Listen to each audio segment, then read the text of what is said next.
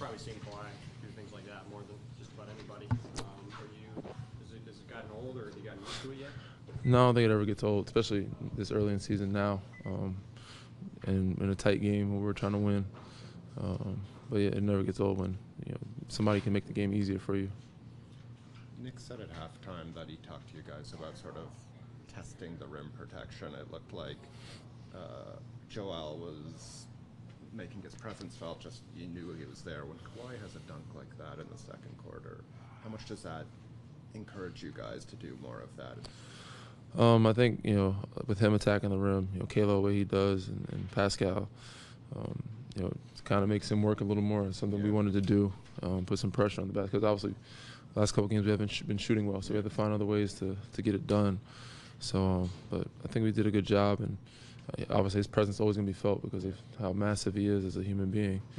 You can't miss him. So, but either way, you can't not be scared to go in there and make him work and challenge him and try to get some easy buckets at the rim or floaters. Closer shots are usually higher percentage shots. Kawhi had the 37 against Golden State, 36 tonight. Obviously, he's really good on most nights, but what is it that allows him to take his game to another level in these bigger games? I think we do a pretty good job of getting him the ball, getting him open, and getting him in a rhythm early. Also, we were just swinging it tonight. I think he's the only one that was pretty much hitting shots for us behind the arc.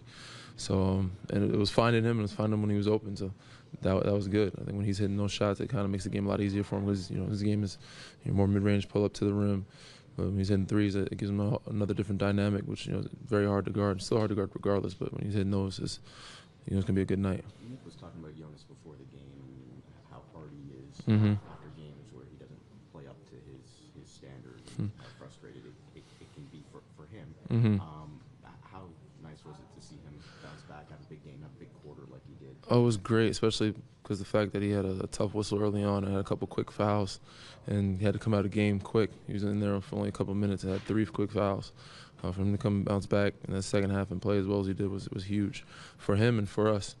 But I feel like a lot of guys don't usually or not happy with their individual performance at the end of the night. JV particularly said he gets frustrated himself and comes in next day to practice, and you could tell in his step or in his attitude that he wants to get back on the floor and try to make something happen for himself and for the team. So it was just big for him, so mentally, emotionally, and for our team.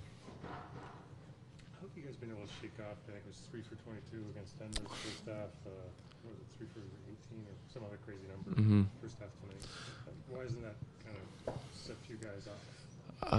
Well, defensively, I think it's keeping us in the game. We'll play decent enough defense to keep teams under a certain amount of points. So if we don't, then we're probably going to get blown out. But I think we did a better job, or we're getting a better job of rebounding on the defense end of the floor, getting back on transition and finding guys. But we got to find a way to get our legs back and shoot better. It would make the game a lot easier. If we shoot like that against those other teams, it's going to be some really long nights. You spent a long time in the Western Conference, and now you're back in the East. Do you notice any differences? Just learning the personnel of guys a lot more, closely of guys that I didn't know as well as I did, being in the West, and knowing their strengths, knowing their weaknesses. But every team is so different now. Different matchups.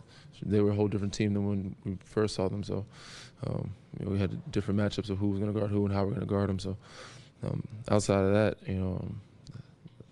I guess there's not much of a difference. The pace now all around the league, everybody's getting up and down and getting a lot of shots up behind the perimeter. So, but it's been fun. I'm enjoying it and learning a lot about the East and the cold weather in the cities. So from one cold city to the next, but enjoying it and learning the personnel of each team in the East.